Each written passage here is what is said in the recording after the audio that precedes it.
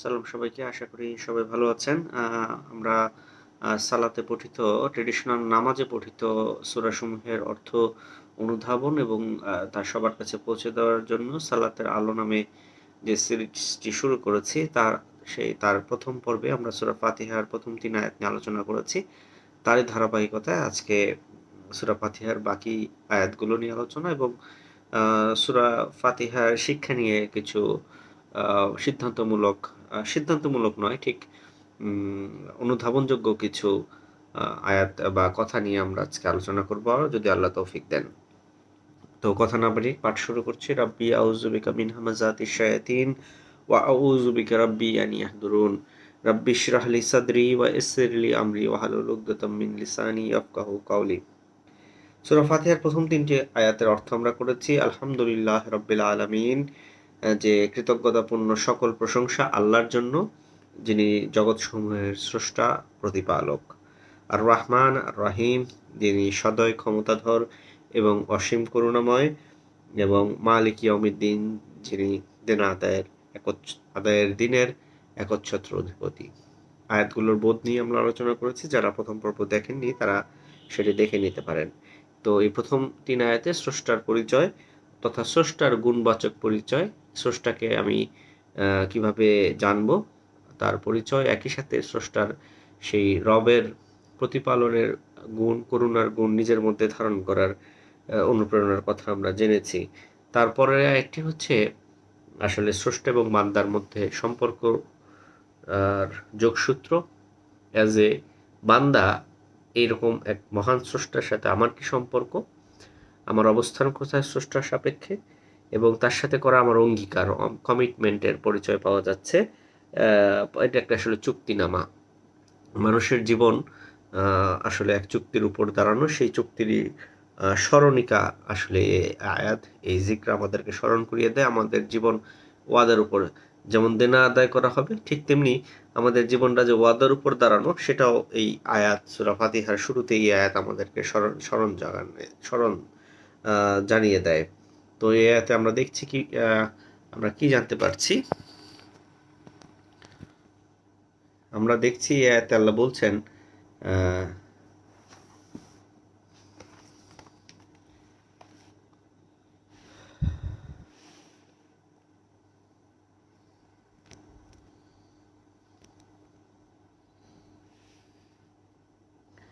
ইয়াকা না'বুদু ওয়া ইয়াকা নাস্তাইন, অর্থাৎ ইয়াকা আমরা কেবল আপনারই, ইয়াকা না'বুদু আবদ আমরা শুধু আপনারই গোলামি করি, ওয়া এবং ইয়াকা নাস্তাইন এবং কেবল আপনার কাছে আমরা সাহায্য চাই।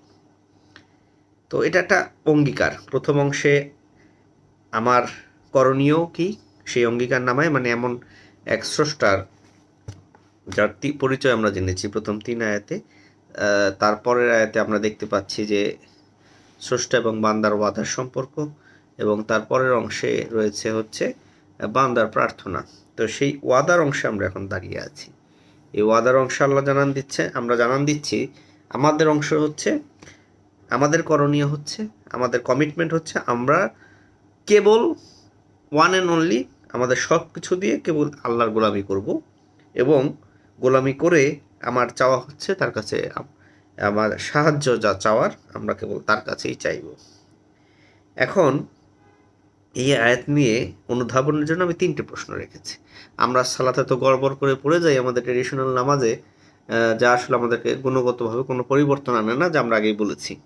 তো আমরা সেই অবস্থার পরিবর্তন চাই।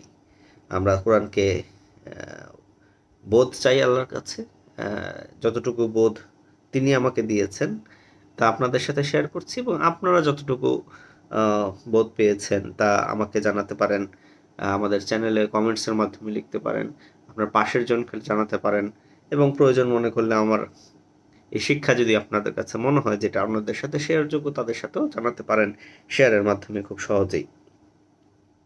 তো এই যে আমরা কেবল তোমারই গোলামি করব এবং কেবল তোমার কাছে সাহায্য চাইব। তো সর্বপ্রথম আমি যখন নামাজে এই কমিটমেন্টটা করি, তখন আমি আমার নিজেকে প্রশ্ন করব, আমার জীবন কি কেবল আল্লাহর গোলামির উপরই দাঁড়ানো, নাকি আমি বহু গোলামের, বিশেষ করে আমি আমার মনের গোলাম হয়ে আছে কিনা, এবং আমি আমার যা কিছু চাওয়া পাওয়া সেই সম্পর্কে আমি কি কেবল আল্লাহকেই সেখানে রাখতে পারি কিনা, বা আমার কাছে যত সাহায্য এসে পৌঁছায় সেখানে আমি কেবল আল্লাহকেই দেখি কিনা। যে আমার জীবনে অনেক ঘটনা হয়তো আমার পরিবার দিয়ে হচ্ছে, আমার বন্ধু বান্ধব দিয়ে হচ্ছে, আমার রাস্তার একজন মানুষ আমাকে কোনো বিপদে হেল্প করছে, কিন্তু সেখানে আমি আমার আল্লাহকে শনাক্ত করতে পারি কিনা। কারণ আমার প্রার্থনাটা কিন্তু এর উপর দাঁড়ানো যে আমি কেবল আল্লাহর উপরেই সাহায্য চাচ্ছি। তো আল্লাহ আমার জীবনে মানুষ যত হেল্প এসে পৌঁছায় সেখানে আমি আল্লাহকে শনাক্ত করতে পারছি কিনা, এবং বিপদ আপদে সেই কমিটমেন্টের উপর আমি দাঁড়িয়ে থাকতে পারি কিনা। আর প্রথম অংশে যেটা, যে আমার জীবন শুধুমাত্র আল্লাহর গোলামের উপর দাঁড়ানো কিনা। এখন আমি সালাতে দাঁড়িয়ে আল্লাহর কাছে কমিট করছি যে আমি শুধু তোমার গোলামি করব, আর নামাজ থেকে বের হয়ে আমি আমার মনের দাসত্ব, আমার পরিবারের দাসত্ব, আমি আমার হুজুরের দাসত্ব, আমি আমার বসের দাসত্ব, আমি অর্থের দাসত্ব আর মধ্যে লিপ্ত হয়ে যাচ্ছে, আল্লাহর পথের বাইরে গিয়ে দাঁড়াচ্ছি, তাহলে কি সেটা আদৌ সালাত হয়? সেই প্রশ্ন থাকছি। এখন মূল যে প্যাচটা, আসলে মূল যে সমস্যাটা আমাদের ট্রেডিশনাল নামাজে হয়ে গেছে এই বোধহীন কোরআন চর্চার কারণে, তার একটা নমুনা আমি এই প্রশ্ন, আমার যে 3টা প্রশ্ন রাখবো এই আয়াতের জন্য, সেখানেই স্পষ্ট হয়ে যাবে যে আল্লাহ চাইলে। তো দুঃখিত, প্রথম যেই প্রশ্নটা, এই ইয়া কান আবদু, যে আমরা কেবল তোমারই গোলামি করব বা ইবাদত করব বা তোমারই গোলাম হব, এই যে কমিটমেন্ট আমরা প্রতিদিন করছি, এই আবদ হওয়ার বা এই গোলাম হওয়ার অর্থ কি আমরা বুঝি? এখন আল্লাহ বলছেন যে আমি মানুষ এবং জিনকে আমার ইবাদত ভিন্ন অন্য কোনো উদ্দেশ্যে সৃষ্টি করিনি। তো পুরা সৃষ্টির রহস্য, উদ্দেশ্য লুকিয়ে আছে এই আবদ হওয়ার শব্দের মধ্যে, অথচ এই আবদ সম্পর্কে আমরা অচেতন। তো যতটুকু আল্লাহ আমাকে বুঝিয়েছেন বা আমি কোরআন পড়ে যতটুকু বোধ পেয়েছি এই আবদ সম্পর্কে, সেটা হচ্ছে আমি একটা প্রতিষ্ঠানে চাকরি করি, যদিও সেখানে আমি কিনে আনা দাস নই, কিন্তু তারা আমাকে আমার শ্রমের বিনিময়ে আমাকে কিছু অর্থ দেয়। তারা আমার মেধা চায়, তারা আমার শারীরিক শ্রম চায়, তারা আমার ভ্যালুয়েবল সময়কে কিনে নেয়। আমি চাইলেই আমি যে কোনো দিন অনুপস্থিত থাকতে পারি না। আমি অসুস্থ থাকলেও সর্বোত্তক চেষ্টা করে সেখানে উপস্থিত থাকার চেষ্টা করি। ধরা বাঁধা কিছু নিয়মকানুন আছে। আমি চাইলেই আমার ওয়ার্ক স্টেশন লিভ করতে পারি না। আমি চাইলেই আমার পেশেন্টের কোনো হার্ম করতে পারি না। আমি চাইলেই লুঙ্গি পরে আমার কর্মস্থলে চলে যেতে পারি না। সো দুনিয়ার সামান্য একটা প্রতিষ্ঠানের সামান্য কিছু অর্থের বিনিময়ে আমি যেই শ্রমটা দেই, তারও specific code and rules regulation রয়েছে, যেগুলো আমাকে জানতে হয়, এবং সেখানে চাকরি করার জন্য আমাকে প্রায় 30-34 বছর একদম ছোটবেলা থেকে শিক্ষার বিভিন্ন স্তর পার করে যোগ্যতা প্রমাণ করে এই স্তরে আসতে হয়েছে। এটা হচ্ছে একটা প্রাতিষ্ঠানিক গোলামের নমুনা। ঠিক একইভাবে আরব দেশে কিনে আনা গোলামের যা ছিল, তার কোনো স্বাধীন ইচ্ছা ছিল না, তার মালিকের ইচ্ছাই তার ইচ্ছা। তো আল্লাহ তো আমাকে আর বাধ্য করে গোলাম করছেন না, আল্লাহ আমাকে কিতাব তুলে দিয়েছেন, আমাকে ভালো মন্দ দেখতে বলছেন, এবং স্বেচ্ছায় তার গোলামিকে বরণ করতে নিচ্ছেন। কারণ আমার সৃষ্টির উদ্দেশ্য আল্লাহ বলছেন আমার গোলামি করা। তো গোলামি করতে গেলেই আল্লাহর কিতাবকে অ্যাকনলেজ করা, আল্লাহর ওহীকে ধারণ করা, তার রুলস রেগুলেশনকে জানা, তাকে অন্তরে জায়গা দিয়ে স্বেচ্ছায় নিজের ইচ্ছাটুকুকে বাতিল করে দিয়ে নিজের মেধা, নিজের রিসোর্স, নিজের সময় এবং নিজের কমফোর্ট জোন থেকে বের হয়ে তার জন্য নিজেকে নিবেদন করা। এটা হচ্ছে গোলামি, আমি সহজ কথায় বা সংক্ষেপে যদি বলি। তো এই গোলামির সাথে শুধুই নামাজ রোজা পড়ে হজ জাকাত করে যে ইবাদত আমরা বানিয়েছি, তার সাথে কোনো বিন্দুমাত্র কোনো সম্পর্ক আসলে থাকে না। আপনার সমগ্র জীবন, আপনার ঘুম থেকে ওঠা, আপনার ঘুমানো, আপনার পরিবার, আপনার কর্মস্থল, সব কিছুই আল্লাহর গোলামির উপর দাঁড়াতে হবে। যেই মুহূর্তটা আল্লাহর এই গোলামি থেকে বের হয়ে যায়, সেই মুহূর্তটাই আপনি এই কমিটমেন্ট থেকে বের হয়ে যান। আমরা যদি একইভাবে না সালাতে এর কথাই বলি, অথচ আমার অর্থনৈতিক ব্যবস্থা থাকে অনৈতিক, আমার চারিত্রিক স্খলন থাকে, আমার চোখের দৃষ্টির যদি সীমা লঙ্ঘন হয়, আমার মুখের ভাষার যদি সীমা লঙ্ঘন হয়, আমার দ্বারা আমার আত্মীয় স্বজন পিতামাতা যদি কষ্ট পায়, আমার পরিবার যদি কষ্টে থাকে, আমি যদি তাদের টেক কেয়ার করতে না পারি, আমার পরিমণ্ডলে এই যে আল্লাহর যে গুণাবলী আমরা পড়ে আসলাম প্রথম 3 আয়াতে, যে তিনি রব, তিনি সৃষ্টি করেন, প্রতিপালন করেন, তিনি সদয় ক্ষমতাধর, তিনি অসীম করুণাময়, তিনি একজন সুদক্ষ বিচারক, যিনি দেনা আদায় করে নেবেন। তো এই 3 গুণাবলী আমি যদি আমার প্রতিপালকের খলিফাই হতে যাই, তাহলে আমি কি আমার পরিমণ্ডলে এই গোলামি করার সময় এই 3কে বাস্তবায়ন করতে পারছি? যদি করতে না পারি, আমার অর্থনৈতিক ব্যবস্থা যদি মানে অবৈধ হয়, আমার কমিটমেন্ট যদি অবৈধ হয়, আমি যদি আমার ভারসাম্য রাখতে না পারি, আমি যদি করুণাময় হতে না পারি, আমি যদি মানুষকে ক্ষমা করতে না পারি, আমি যদি প্রতিপালনের এই গুণ যদি ধারণ করতে না পারি, তাহলে তো আমি আসলে গোলামি করছি না।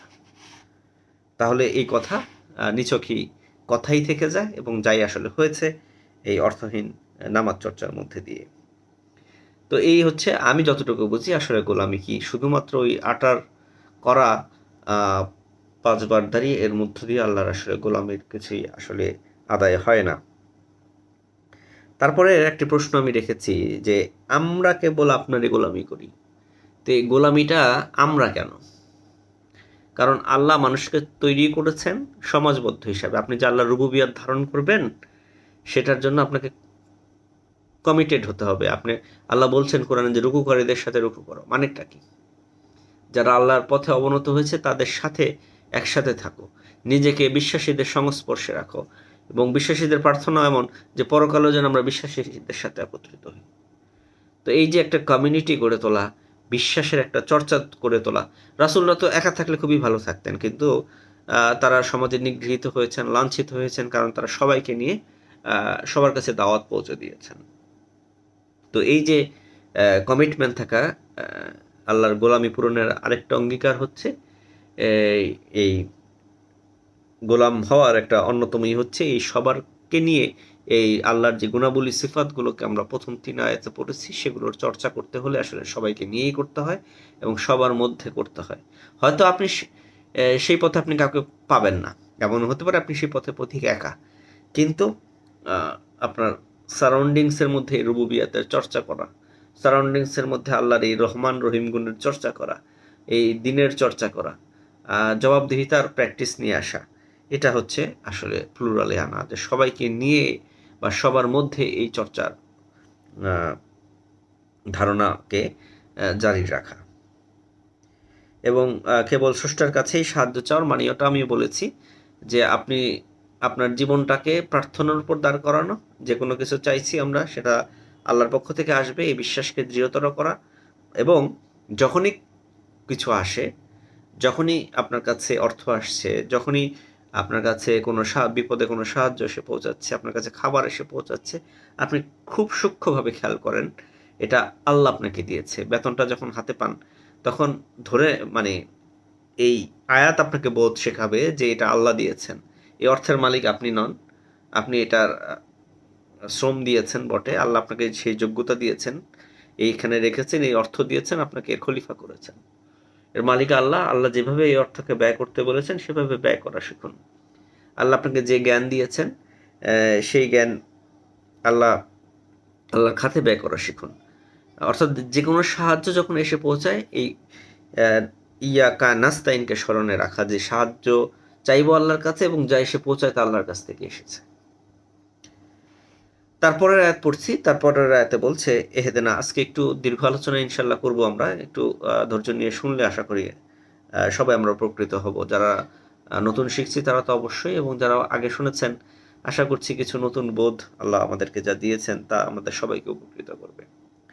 তারপরে আয়াত আমরা পড়ছি এহেদেনা। তো কি সাহায্য আমরা চাইব? আমরা যে কোনো সাহায্যই চাইতে পারি, তবে সাহায্য চাওয়ার প্যাটার্ন মানে কি সাহায্য আসলে বান্দা হিসেবে আল্লাহর কাছে আমরা চাইতে পারি তা আল্লাহ শিখিয়ে দিয়েছেন। হ্যাঁ, আপনার যখন যা ক্রাইসিস তা তো আমরা চাই, তার রাসূল কোনো চেয়েছেন, কিন্তু কোরআনের ইন্ট্রোডাকশনে একজন কৃতজ্ঞ বান্দার চাওয়া কি, কৃতজ্ঞ বান্দা কি চাইতে পারে সেটা আল্লাহ শিখিয়েছেন। তো এর থেকে ভালো চাওয়া তো আর কিছু হতে পারে না। সেটা হচ্ছে কি, ইহদিনা আস-সিরাত আল মুস্তাকিম। তো আমি এর অনুবাদ করেছি যেটা, যে আমাদেরকে চালিত করেন সেই পথে যে পথ সুদৃঢ় স্থির, সঠিক সুদৃঢ় পথ, ইস্তেকাম মানে কায়েম হওয়া বা একদম দাঁড়ানো, স্থির যে পথ। এখন অনেক বাংলা অনুবাদ করেছে সহজ সোজা পথে। আল্লাহর পথ, আল্লাহর এই পথে যখন আসলে চলতে যাব আমরা, সেই পথকে আল্লাহ সোজা পথ বলেননি, it's not a easy going, বরং এর অনুবাদ হচ্ছে সুদৃঢ় স্থির। এটা সর্পিলাকাল হতে পারে, কিন্তু এটা স্থির, এটা বাঁকাবে না, এটা এরকমই পথ। আপনি এই পথ দিয়ে আগালে একটা নির্দিষ্ট ঠিকানা পাবেন। হতে পারে এরকম বন্ধুর খারাপ পথ, আপনি পথ অতিক্রম করে ঠিকানা পাবেন এবং গন্তব্যে গিয়ে পৌঁছাতে পারবেন। এটাই হচ্ছে ইস্তেকাম। এবং এই পথ চিনে নিয়ে যেমন নিজে চলা সম্ভব নয়, আবার দেখার পরে পথ চলতে গিয়ে পড়ে যাওয়ার সম্ভাবনা অনেক যদি নিজেই আসলে চলতে যায়। এই জন্য অনুবাদের বা প্রার্থনার ব্যাপকতাটা এমন যে আপনি আমাদেরকে দেখান এবং চালিত করেন, অর্থাৎ পুরোপুরি আপনিই আমাদেরকে চালান। কারণ আমাদের অক্ষমতা রয়েছে, আমরা মানুষ হিসেবে অক্ষম, আমরা আমাদের শত্রুর কাছে অক্ষম। তো প্রার্থনার নিবেদনটা ওইখানে যে আমি পথে আসলে চলতে চাই, কিন্তু আপনি আমাকে চালিত করুন। স্রষ্টার কাছে সম্পূর্ণ সমর্পণের এই প্রার্থনা। আমি কেন এই পথকে বন্ধুর বা গিরিপথ বলতে চেয়েছি সেটা সূরা বালাদের 11 নম্বর আয়াতকে আপনারা রেফারেন্স হিসাবে দেখতে পারেন। আল্লাহ বলছেন মানুষকে সর্বতোযোগ্যতা দিয়ে যে আমি কি তাকে দুটি পথ দেখাইনি, কিন্তু সে বন্ধুর পথটি অতিক্রম করার সাহস করেনি। সূরা বালাদ আল্লাহ বলছেন, তুমি কি জানো সে বন্ধুর খারাপ পথ কি? তারপর আল্লাহ বলছেন যে কোনো কারো শৃঙ্খল মুক্ত করা, নিকটবর্তী ইয়াতিমকে দুর্ভিক্ষের দিনে খাবার খাওয়ানো, কোনো ধুলোমলিনকে দুর্ভিক্ষের দিনে খাবার খাওয়ানো, এবং বিশ্বাসীদের সাথে এক হয়ে যাওয়া এবং নিজেকে সংশোধনের কাজ করা। এই যে সবাইকে একসাথে করে আবদ হওয়ার, গোলাম হওয়ার প্রক্রিয়াটা সবাইকে একসাথে নিয়ে। তো এই যে যা বলছিলাম, এই শৃঙ্খল মুক্ত করার বিষয়টাকে, কাউকে যেমন ঋণগ্রস্তকে ঋণ থেকে মুক্ত করে দেওয়া, দাস মুক্ত করে দেওয়া, একই সাথে আমরাও অসংখ্য ধরনের শৃঙ্খলায় আবদ্ধ, বিশেষ করে ধর্মীয় শৃঙ্খল যেই বেড়াজালে আসলে আবদ্ধ, সেটা কোরআনের আলো দিয়ে সেই শৃঙ্খলকে মুক্ত করা অত্যন্ত দুরূহ একটি কাজ, সেটা অত্যন্ত দুর্গম একটি কাজ, এবং যেটা রাসূলগণ করেছেন, এবং সেটা করতে গিয়ে তাদের যে সীমাহীন কষ্ট, যে ধৈর্য, যে অবিচলতা দেখেছি, এবং কোরআন জাতির পরে জাতির বিনাশ করেছেন, এবং কিন্তু রাসূলরা তার সেই পথে অবিচল ছিলেন। সেই পথ ইজি নয়, সেই পথ আসলে বন্ধুর পথ। তো এই যে প্রার্থনাটা এখানেই শেষ হতে পারত, যে ইহদিনাস সিরাতাল মুস্তাকিম, আমাদেরকে পথ দেখিয়ে দেন, কিন্তু আল্লাহ এখানেই শেষ করেননি। আল্লাহ সেই পথকে পরবর্তী আয়াতে স্পষ্ট করে দিয়েছেন যে বান্দা, তুমি যে পথ চাইছো আমি তোমাকে সঠিক পথ দিব। আল্লাহ তো সঠিক পথ চিনেন, আল্লাহ এতটুকু বলে দিতেই পারতেন, কিন্তু পরের যে আয়াতটা, এটা very interesting and very relating to this আয়াত, যে আল্লাহ আমাকে শেখাচ্ছেন যে তুমি যে পথের প্রার্থনা করছো সেই পথ সম্পর্কে তুমি কি জানো? কাদের পথ তুমি চাইছো, কি পথ তুমি চাইছো? তুমি প্রার্থনার শুরুতেই জেনে নাও হে মানুষ, যে তুমি আসলে কোন পথে চলার প্রার্থনা করছো, এবং সেই পথের পথিক আসলে কারা। তো বলছেন, আমরা বলছি প্রার্থনায় পরের আয়াতে, সিরাত আল্লাযিনা আনআমতা আলাইহিম, পথ তাদের যাদেরকে আপনি নিয়ামত দিয়ে চালিয়েছেন। তো এই যে নিয়ামত, এনাম, আল্লাহর পক্ষ থেকে যে বিশেষ করুণা দিয়ে আসলে আল্লাহ চালিয়েছেন, অর্থাৎ পূর্ববর্তী কিছু মানুষের রেফারেন্স আমরা দিচ্ছি, যে আপনার বিশেষ এনাম যাদের উপর চলেছে তাদের পথ আমরা চাইছি। তো এখানে আমাকে আসলে জেনে নিতে হবে এই নিয়ামত প্রাপ্ত পাওয়ার কাছে। আমাদের কাছে নিয়ামত তো হয়ে গেছে ডিগ্রি, অর্থ, টাকা পয়সা, সম্মান, ক্ষমতা, এগুলো, কিন্তু আল্লাহ কোরআন এগুলোকে ক্ষমতা হিসেবে চিহ্নিত করেননি, নিয়ামত হিসেবে চিহ্নিত করেনি। আল্লাহর বার্তা বাহকগণ আল্লাহর নিয়ামত প্রাপ্ত, আল্লাহর ঘোষণা। সূরা নিসার 69 আয়াতে আল্লাহ এই তার নিয়ামত প্রাপ্তদের একটা সংক্ষিপ্ত লিস্ট দিয়েছেন, সেটা আমি একটু বাংলায় খুব দ্রুত পঠ করি। সূরা নিসার 69 আয়াতে আল্লাহ বলছেন, হে বিশ্বাসীরা, আনুগত্য করো আল্লাহ ও তার বার্তাবাহকের এবং সেই সব লোকেরও যারা তোমাদের মধ্যে দুঃখিত, এটা নয়, 69। হে ব্যক্তি আল্লাহ ও রাসূলের আনুগত্য করবে, যে ব্যক্তি আল্লাহ ও তার রাসূলের আনুগত্য করবে সে সেই সব লোকের সঙ্গী হবে যারা যাদের প্রতি আল্লাহ তাআলা এনাম করেছেন, নিয়ামত করেছেন, আর তারা হচ্ছে আন-নাবিয়্যিন, যারা বার্তাবাহক, আল্লাহর বার্তাবাহকগণ, আর সিদ্দিকিন, যারা সত্যের সাধক, যারা সত্য জেনে সত্য মেনে সত্যকে জীবন দিয়ে প্রমাণিত করে দেখিয়েছে, তারাই হচ্ছে সিদ্দিক। তো আল্লাহ নিয়ামত প্রাপ্ত কারা? যারা আল্লাহর বার্তাবাহক, আল্লাহর বার্তা যারা বহন করে, যারা সিদ্দিক, যারা সত্যকে চিনতে পেরেছে, সত্যকে জেনে বুঝে মেনে জীবন দিয়ে প্রমাণ করে দেখিয়েছেন, তারা হচ্ছে সিদ্দিকিন ওয়া শুহাদাই, এবং সেই সত্যের সাক্ষ্য তাদের জীবন দিয়ে তারা প্রমাণ করেছেন, বহন করেছেন। মানে এই লোকটাকে যেন দেখলে বোঝা যায়, yes, he is the people of truth, he is the people of Allah, and তাকে দেখলে আল্লাহর গুণবাচক যে তার প্রমাণ বা সাক্ষ্য তার জীবনে রয়েছে। বা সালেহীন, এবং কন্টিনিউয়াসলি যারা নিজেদেরকে সংশোধনের কাজে রত রয়েছে। বা হুসনা উলাইকা রাফিকাত, এবং যারা তাদের সঙ্গী সাথী হবে তাদের পক্ষে ওরা কতই না উত্তম সাথী। তো এই যে আল্লাহর নিয়ামত প্রাপ্ত বান্দাদের লিস্ট, তো আমরা কি আল্লাহর সেই বার্তাবাহক নবীদের অনুসরণ করতে পেরেছি? আমরা কি জানি সেই নবীদের পথ অনুসরণ করতে গেলে, সেই সিদ্দিক সত্যের সাধক হতে গেলে, তার সত্যের সাক্ষ্য নিজের জীবনে বহন করতে গেলে, এবং নিজেকে কন্টিনিউয়াস এই সংশোধনের চর্চায় যেতে হলে যেই বন্ধুর পথ আমাকে অতিক্রম করতে হবে, সে সম্পর্কে কি আমি সচেতন? নাকি ইয়াকা নাবুদু ওয়া ইয়াকা নাস্তাইন ইহদিনাস সিরাতাল মুস্তাকিম বলে আমি আমার সালাত নামাজ শেষ করে গিয়ে আমি আমার আবার জীবনে ফিরে যাচ্ছি?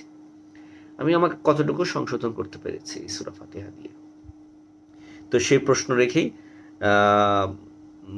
আসলে এই বোধ আমাদেরকে এই সূরা ফাতিহা দেয়, আমি কি সেই পথকে আসলে চিনতে পেরেছি? সেই পথে যাওয়ার জন্য আমি কতটা দৃঢ় হয়েছি? এবং এই এনামের বিপরীত যে চিত্রটা পরের আয়াতে, সেটা দিয়ে সূরা ফাতিহা শেষ হয়েছে, যেখানে আল্লাহ বলছেন বা আমরা প্রার্থনা করছি, গায়ের আল মাকদুব আলাইহিম ওয়ালা আদ-দাল্লিন, নয় তাদের পথ যারা অভিশপ্ত হয়েছে আর যারা পথভ্রষ্ট হয়েছে। তো নিয়ামতের আল্লাহর এনাম প্রাপ্ত, অর্থাৎ যারা আল্লাহর ওহীর কানেকশন পেয়েছে, আল্লাহর সত্যের সাধনা করেছে, আল্লাহর বার্তাবাহকদের অনুসরণ করেছে, আল্লাহর বার্তাকে বহন করেছে, সেই এনাম প্রাপ্তদের বিপরীত দিক হচ্ছে মাকদুব এবং দলিন হওয়া, অভিশপ্ত হওয়া এবং পথভ্রষ্ট হওয়া। তো অভিশপ্ত বোঝা যায়, আমি আসলে খুব দুইটা আঙ্গিকে এটা আলোচনা করতে চাই, যে অভিশপ্ততা হচ্ছে মানে সত্যকে জেনে বুঝে আপনি এখন অস্বীকার করছেন, আপনার কাছে কোরআন স্পষ্ট হয়েছে, আল্লাহর আলো এসেছে, কিন্তু আপনি এটা নিবেন না। আরেকটা হচ্ছে গাফেল থাকা, মানে আমি জানবই না, যা জানি তা নিয়েই ভালো আছি, আমার অত বোঝা শোনার দরকার নেই, আপনার সময় আছে, সুযোগ আছে, মেধা আছে, যোগ্যতা আছে, কিন্তু না, আপনি আপনার যা জানেন অতটুকু নিয়ে আপনি বসে থাকবেন, আলো দেখতে পাচ্ছেন কিন্তু আলোর দিকে হাঁটবেন না। এটা হচ্ছে আসলে গাফেল থাকা, এবং এরাই আসলে পথহারা হয় আর কি। এটা যেমন একটা ব্যাখ্যা। আরেকটি ব্যাখ্যা আছে যে গায়ের আল মাকদুব আলাইহিম, না অভিশপ্ততা, চূড়ান্ত অভিশপ্ততা, অর্থাৎ শয়তান তাদের উপর চড়াও হয়েছে, আর না তারা ওয়ালা দল্লিন, আর না তারা পথভ্রষ্ট হয়েছে। তো এটা বলার জন্য আমরা বারবারই সূরা যুখরুফের 36-37 আয়াতকে রেফারেন্স হিসেবে রাখি, যেখানে আল্লাহ বলেছেন যে 43-এর 36-37 আয়াতে আল্লাহ, এই আয়াতটি আমি বারবার পড়ি এবং আপনাদেরকেও পড়তে বলি এবং সবার কাছে পৌঁছাতে বলি, এক ভয়ঙ্কর আয়াত আসলে, যেখানে আল্লাহ বলছেন, ওমান ইয়াশু আন যিকরির রহমান, যে অস্পষ্ট রাখবে রহমানের স্মরণ থেকে, রহমানের জিকির থেকে, অর্থাৎ আল্লাহর যে কিতাব বা জিকরা, যে স্মরণিকা আমাদের কাছে পাঠিয়েছেন, এটা যাদের কাছে অস্পষ্ট থাকবে, যে নিজের কাছে এই কিতাবকে অস্পষ্ট রাখলো, আর রহমান এই করুণাময়ের সদয়ের ক্ষমতাধরের এই কিতাব বা স্মরণিকা যার কাছে স্পষ্ট, নুকাইয়াদ লাহু শয়তান, আমরা তার পেছনে লাগিয়ে দিই এক শয়তান, ফাহুয়া লাহু কারিন, এবং সে হয়ে যায় তার অস্তিত্বের সঙ্গী। তো আল্লাহ তার স্মরণিকা যার কাছে অস্পষ্ট তার কাছে শয়তান লাগিয়ে দেন, এবং এটা আল্লাহ স্বয়ং নিজে করেন। এবং সে আমাদের অস্তিত্বের সাথে মিশে যায়। অর্থাৎ শয়তানকে আপনি আলাদা করতে পারবেন না। আপনি যে শয়তান হয়ে আছেন, আপনার পাশের চরম সঙ্গী যে শয়তান হয়ে আছে, সে এটা আর আলাদা করা সম্ভব হয় না। আমরা মিলেমিশে একাকার হয়ে যাই যখন আল্লাহর কিতাব অস্পষ্ট থাকে। ওয়া ইন্নাহুম লাইয়া সুদ্দুনাহুম আনিস সাবিল, এবং এরাই অর্থাৎ এই শয়তানরা যখন অস্তিত্বের সঙ্গী হয়ে যায়, তখন এরা আপনাকে মানে তাদেরকে সঠিক পথে আসতে বাধা দেয়। ওয়া ইয়াহসাবুনা আন্নাহুম মুহতাদুন, অথচ তারা নিজেরা হিসাব করে বা বুঝতে পারে বা মনে মনে ভাবে আমরা তো সঠিক পথেই আছি। তো ইটস এ মানে ভয়ঙ্কর একটা অবস্থা, এবং এর থেকে ভয়ঙ্কর অবস্থা হতে পারে না। অর্থাৎ আপনি অসুস্থ কিন্তু আপনি ভাবছেন আপনি সঠিক, আপনি আর চিকিৎসা নেওয়ার প্রয়োজনই বোধ করবেন না। আপনি ভুল পথে যাচ্ছেন, আপনি নেশাগ্রস্ত, কিন্তু এই নেশাটা আপনার জন্য ক্ষতিকর এটা আপনি বুঝতে পারছেন না।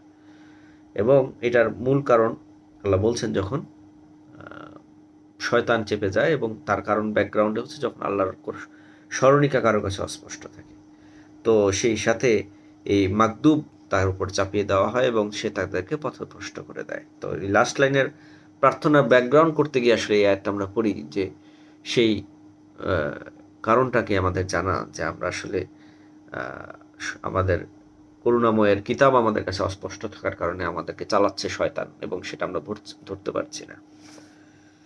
তো আমরা আসলে ভিতর থেকে প্রার্থনা করব এই সূরা ফাতিহা যেন আল্লাহ আমাদের অন্তরে গেঁথে দেন, এবং এর ভিন্ন ভিন্ন ডাইমেনশনের বোধ যেন আল্লাহ আমাদেরকে দেন। আমরা যেন প্রতিনিয়ত নামাজে আমরা যারা পড়ি বা যারা পড়েন, তারা এই সূরা ফাতিহা নিয়ে এক ঘন্টা ভাবতে পারেন সালাতে দাঁড়িয়ে, বা বসে ভাবতে পারেন, শুয়ে ভাবতে পারেন যে আমি কি আসলে এই সূরা ফাতিহাকে অন্তরে ধারণ করতে পেরেছি। আর যদি না পারি, তাহলে আল্লাহর কাছে সমর্পিত হয়ে প্রার্থনা করি যে আল্লাহ সূরা ফাতিহার বোধ আমাদেরকে দাও। তো এক নজরে আমরা সূরা ফাতিহাকে আবার একটু দেখব। প্রথম 3 আয়াতে আল্লাহ তার গুণবাচক পরিচয় দিয়েছেন। কৃতজ্ঞতাপূর্ণ সকল প্রশংসা আল্লাহর জন্য, যিনি জগৎসমূহের স্রষ্টা প্রতিপালক, যিনি সদয় ক্ষমতাধর ও অসীম করুণাময়, যিনি দেনে আদায় দিনের একচ্ছত্র অধিপতি। তারপরের অংশের স্রষ্টা এবং বান্দার সম্পর্ক, ওয়াদা, কমিটমেন্ট সম্পর্কে আমরা দেখছি। আমরা কেবল তোমারই গোলামি করি এবং কেবল তোমার কাছে সাহায্য চাই। এবং তারপরের অংশে আল্লাহ বান্দার প্রার্থনা বাক্য শিখিয়েছেন, যেখানে আমরা প্রার্থনা করি আমাদের চালিত করো সেই পথে যে পথ সুদৃঢ় স্থির, তাদের পথে যাদের আপনি বিশেষ অনুগ্রহ বা নিয়ামত দিয়ে চালিয়েছেন, আর তাদের পথে নয় যারা পথভ্রষ্ট অভিশপ্ত, অথবা তাদের পথে নয় যাদের উপর সেই আল মাকদুব বা শয়তান বা চূড়ান্ত অভিশপ্ততা চেপেছে আর তারা পথ হারিয়েছে। আল্লাহ আমাদেরকে রক্ষা করুন। তো এবার বান্দার দৃষ্টিকোণ থেকে এবার যা অংশ, এটা আমরা অনুবাদের বাইরে, যারা আমার সাথে কোরআন আগেও 1-2 বার আমার ক্লাসে ছিলেন তাদের জন্য আসলে বাকি অংশটুকু আমরা এখানে সূরা ফাতিহার কিছু বোধ নিয়ে আলোচনা করতে চাই। এখানে আমি আমার দীর্ঘ সময়ের কোরআন পথ চলায় বিভিন্ন সিনিয়র ভাই বন্ধুদের কাছ থেকে যেই আলোচনার মাধ্যমে আল্লাহ আমার কাছে যে জ্ঞান পৌঁছেছেন তার কিছু অংশ আমরা এখানে শেয়ার করছি। একজন বান্দা সূরা ফাতিহাকে কি দৃষ্টিকোণ থেকে দেখতে পারে? প্রথম আয়াত থেকে বাকি অংশটুকু যদি আমরা দেখি, জীবনের সকল প্রশংসাকে স্রষ্টার নিমিত্তে অনুভব করতে পারা, এটা একটা কর্মযজ্ঞ, এটাকে আমরা পারি। সর্ব অবস্থায় তার রহমতকে অনুভব করা এবং তার দিকে ফিরে তার রহিম বা বিশেষ করুণা প্রাপ্তির সাধনায় সর্বত্র অবিচল থাকা, নিজের প্রতিটি যোগ্যতা ও প্রাপ্তির দেনা আদায়ের স্রষ্টার নিকট বুঝিয়ে দেবার জন্য সর্বোচ্চ সচেতন থাকা। অর্থাৎ আমার যা যোগ্যতা রয়েছে, আমার যা প্রাপ্তি আছে, এগুলো আল্লাহর পক্ষ থেকে দেওয়ার লোন, এবং তা আল্লাহকে সঠিকভাবে বুঝিয়ে দেওয়া এবং সেই অনুযায়ী আমি এগুলোকে ইউটিলাইজ করছি কিনা সেই অনুযায়ী সর্বোচ্চ সচেতনতা থাকা। একমাত্র ওহির বোধ অর্জন এবং সেই অর্জিত বোধের উপর নিজেকে সম্পূর্ণ সারেন্ডার করে দেওয়া এবং সেই সমর্পণের জন্য নিজের অক্ষমতাকে অনুধাবন করে আল্লাহর কাছে সাহায্য চাওয়া। বার্তাগণের পথে বা কর্মের সাথে নিজেকে সংযুক্ত করা এবং অভিশপ্ত শয়তান সম্পর্কে সচেতন থেকে ভ্রষ্টতা মুক্ত থাকার আপ্রাণ প্রচেষ্টা এবং প্রার্থনা। এটা হচ্ছে বান্দার দৃষ্টিকোণ থেকে সূরা ফাতিহার দায়িত্ব আসলে আমাদের উপর যা দেয়, সূরা ফাতিহা পাঠ আমাদের উপর যে দায়িত্ব বর্তায়, এই দায়িত্বকে আমি আবার একটি অংশে আমি শুনেছিলাম এগুলোকে সূরা ফাতিহা একটি চমৎকার সালাত, সালাত বলতে আসলে ডিউটি বোঝায়, সালাত বলতে কর্ম বোঝায় কোরআন। তো এই সূরা ফাতিহা মধ্যে অসংখ্য সালাত রয়েছে। সালাতে নামাজে দাঁড়িয়ে যেমন আমরা সূরা ফাতিহা পড়ি, এবং সূরা ফাতিহার মধ্যে ইটসেলফ অনেক সালাত রয়েছে, যেটা আপনাকে অসংখ্য কর্মের উপর দাঁড় করায়, অসংখ্য দায়িত্বের উপর দাঁড় করায়, এবং একই সাথে ইটস এ ম্যাগনিফিসেন্ট আসলে ওয়ার্ক। এটা splendid description in a short way by আল্লাহ সুবহানাহু ওয়া তাআলা। তো কী কী সালাত রয়েছে আমরা একটু আপনাদেরকে একটু ভিন্ন আঙ্গিকে একটু আবার একটু স্মরণ করিয়ে দিতে চাই, কারণ আসলে আল্লাহর কালাম তো হাজারবার পড়লেও নতুন নতুন বোধ আমাদের সামনে এসে ধরা দেয়। কৃতজ্ঞতার সালাত। জীবন ও জগৎ শুরু হয় বা কিতাবের শুরুই হয়েছে, আল্লাহর লিখিত কিতাবেরও শুরু হয়েছে আসলে কৃতজ্ঞতা বোধ দিয়ে। তো সূরা ফাতিহার প্রথমেই আসলে শেখায় আমরা আসলে কতটুকু কৃতজ্ঞ হতে পেরেছি। আমার জীবনকে কৃতজ্ঞতার উপর দাঁড়ানো নাকি হতাশার উপর দাঁড়ানো? যদি হতাশার উপর দাঁড়ানো থাকে, সেই হতাশার আলো থেকে কৃতজ্ঞ দৃষ্টিকোণ থেকে জীবনের এই রববিয়াতকে চিনতে পেরে কৃতজ্ঞতার উপর দাঁড় করানোর একটা কর্মযোগ্য হচ্ছে কৃতজ্ঞতার সালাত। কৃতজ্ঞতার সালাত আমাদেরকে নিয়ে যায় সমর্পণের সালাতের দিকে, দ্বিতীয় যে সালাতটা আমরা পাই। এই বিশাল সৃষ্টি জগতে নিজের ক্ষুদ্রতাকে অনুভব করে, আল্লাহর এই করুণাকে অনুভব করে, আল্লাহর এই সদয় রহমান মানে সদয় শক্তিমান এবং করুণাকে অনুভব করে নিজের ক্ষুদ্রতাকে অনুধাবন করা এবং নিজেকে সম্পূর্ণ সঁপে দেওয়া, এটা হচ্ছে সমর্পণের সালাত। সেটার প্র্যাকটিসকে নিজের মধ্যে জারি করা। ন্যায়দণ্ডের সালাত, অর্থাৎ পৃথিবীতে যে অসংখ্য অবিচার চলছে, ছোট বড়, ধনী গরিব, মালিক শ্রমিক, মজুরি, এই যে সব কিছুতে আসলে ইমব্যালেন্সড, পুঁজিবাদ, গণতন্ত্র, সমাজতন্ত্র, কোনো কিছু আসলে পৃথিবীতে শান্তি আনতে পারেনি। তো ব্যক্তিগত জার্নিতে এসে আল্লাহর এই ন্যায়দণ্ডের উপর নিজেকে স্ট্যাবলিশ করা, একইভাবে নিজেকে যেমন জবাবদিহিতার মধ্যে রাখা, একই সাথে এই জবাবদিহিতারই একটা বান্দাকে ন্যায়দণ্ডের উপর দাঁড় করায়। আমি কি সেই ব্যালেন্সের উপর দাঁড়ানো? আমি কি জবাবদিহিতা করার জন্য প্রস্তুত? আপনি নিজে যখন ব্যালেন্সের উপর দাঁড়াবেন, তখন না জবাবদিহিতা আপনার কাছে ইজি হবে। তো ন্যায়দণ্ডের সালাতের কাছে আমাদেরকে এনে পৌঁছায়। তারপর এনে ধরায় খোদার প্রতিনিধিত্বের সালাতের কাছে। আল্লাহর সাথে আমার সম্পর্ক, আমরা যেটা বলেছি কমিটমেন্ট, ইয়াকা নাবুদু, অর্থাৎ এই সম্পর্কটা একটা ছবি দিয়ে যদি আমরা বোঝাই, ক্রিস ক্রসের মতো আসলে ভার্টিক্যাল। একদিকে বান্দা এখানে নিজে থাকলে উপরে আল্লাহ, এখানে আল্লাহর সাপেক্ষে বান্দা বা আমরা হচ্ছে আব্দ, আমি গোলামি করতে চাই। আবার এখানে একটা হরাইজন্টাল সম্পর্ক রয়েছে, অর্থাৎ আপনি যখন আল্লাহর বান্দা হয়ে দাঁড়ালেন, তখন বাকি সৃষ্টির সাপেক্ষে আপনি তখন আল্লাহর প্রতিনিধি, খোদার প্রতিনিধি। তো সেই প্রতিনিধিত্বের সালাত কি আমরা আদায় করতে পারছি? এবং প্রতিনিধিত্বের সালাত আদায় করতে গিয়ে আমরা তখন মিসাক বা আল্লাহর চুক্তির সালাতের দিকে এগাই, অর্থাৎ কেবল আল্লাহরই সাহায্য চাওয়া এবং তারই গোলামি করার কমিটমেন্ট। এবং সেই কমিটমেন্টকে স্মরণ করিয়ে দেয় আল্লাহর সাথে আমরা যেই কমিটমেন্ট করে এসেছি, ওয়াদার, বিভিন্ন ওয়াদার বর্ণনা কোরআনে রয়েছে, সেই ওয়াদার দিকে আমাদেরকে ধাবিত করে এই সূরা ফাতিহার এই আয়াত। অথবা বন্ধনের সালাত। মানুষ একা জীব নয়, মানুষ পূর্ববর্তীদের মিশনের সাথে যুক্ত হয় কোরআন পড়তে গিয়ে। কোরআনের অধিকাংশ বর্ণনায় পূর্ববর্তীদের বর্ণনা। তো পূর্ববর্তীদের এই মিশন প্রাপ্তি সম্পর্কে, কিভাবে তারা নবুয়ত প্রাপ্ত হয়েছেন, কিভাবে তারা নিয়ামত প্রাপ্ত হয়েছেন, তাদের পথ চলা কেমন ছিল, সেই সম্পর্কে কোরআন আমাদেরকে জানান দেয় এবং সেই দায়িত্ব আমাদের উপর বর্তায় এবং সেই দায়িত্ব পরবর্তী জেনারেশনের কাছে দিয়ে দেওয়ার মহান দায়িত্ব আল্লাহ আমাদেরকে উপর অর্পণ করেন এই বন্ধনের সালাতের মধ্যে দিয়ে। অর্থাৎ আমরা যে নিয়ামত প্রাপ্তদের পথ চাইছি, সেটা আমাদেরকে যেভাবে লিঙ্ক করে বা যে দায়িত্ব আমাদের কাছে দেয়। একই সাথে সব সূরা ফাতিহা শেষ হয় বিচ্ছিন্নতার সালাতের মধ্যে দিয়ে, অর্থাৎ আল্লাহ স্মরণ বিমুখ যে পথ, ঐশী অভিশাপের যে পথ, আল্লাহর পক্ষ থেকে ক্রোধ নেমে আসার যে পথ, আল্লাহর স্মরণিকাকে থেকে বিস্তৃত হয়ে পশুর মতো জীবনযাপনের যে পথ, সেই পথের অভিশাপ এবং পথভ্রষ্টতা থেকে আল্লাহর কাছে প্রার্থনা চেয়ে বা সেই সম্পর্কে রক্ষা পাওয়ার যে কর্মযজ্ঞ, সেই কর্মযজ্ঞটা দিয়েই আসলে সূরা ফাতিহার সর্বশেষ সালাতের বর্ণনা আমরা পাই, যাকে আমরা বলেছি বিচ্ছিন্নতার সালাত। তো যাই হোক, বেশ লম্বা আলোচনায় আজকে হয়ে গেল, কিন্তু আসলে এই আলোচনাগুলো বারবার করা দরকার। যারা শুনছেন বা শুনবেন, বা যারা একেবারেই নতুন, তাদের কাছে তো বিস্তারিত দরকার নেই, কিন্তু অর্থের বোধটুকু তাদের কাছে পৌঁছাবার চেষ্টা করুন। কিন্তু এটা খুব দরকার। আসলে আমরা যে পথ হারিয়েছি, ট্রেডিশনাল সেই শুধুমাত্র ইবাদত বলতে আমরা যা বুঝি, অথচ ইবাদতের যে কনসেপ্ট সূরা ফাতিহা থেকে আজকে আমরা আলোচনা করলাম, যে বিশাল কর্মযজ্ঞ সূরা ফাতিহা আমাদের কাছে দেয়, সে সম্পর্কে আমরা নিজেরা সচেতন হই এবং আল্লাহর অন্যান্য বান্দাদের কাছে পৌঁছে দেওয়ার চেষ্টা করি। সালাম সবাইকে, সবাই ভালো থাকবেন। এর পরবর্তীতে আমরা আমাদের ট্রেডিশনাল নামাজে পঠিত যে অন্যান্য সূরাগুলো, সেগুলো নিয়ে ধারাবাহিকভাবে ইনশাআল্লাহ আরও আলোচনা করব। আমরা ধীরে ধীরে আগাবো, প্রয়োজনে একদিনে একটা সূরা নিয়ে 2-3টা ক্লাস করব।